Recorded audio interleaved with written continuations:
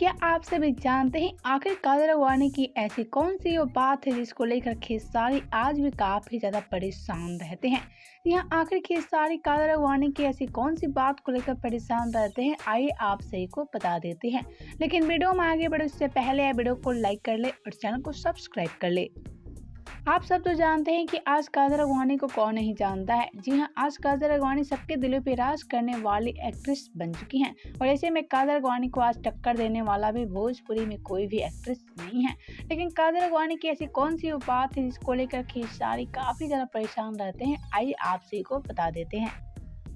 तो जैसा कि आप सभी जानते हैं कि काजल राघवानी ज़्यादा बोलने वाली एक्ट्रेस नहीं है। जी हाँ, आप सब देखते होंगे काजल राघवानी हमेशा साइलेंट रहती हैं।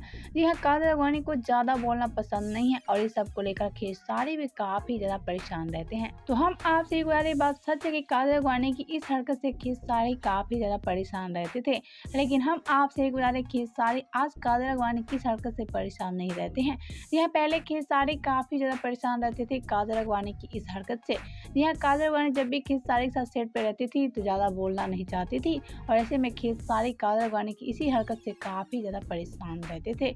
लेकिन हम आपसे बता दें खेसारी की परेशानी पहले 2 साल पुरानी हो चुकी है। अब खेसारी तो काजल राघवानी का नाम भी नहीं लेना चाहते हैं। पहले तो आप सबका क्या कहना है इस खबर को लेकर बताएं हमें नीचे कमेंट बॉक्स में।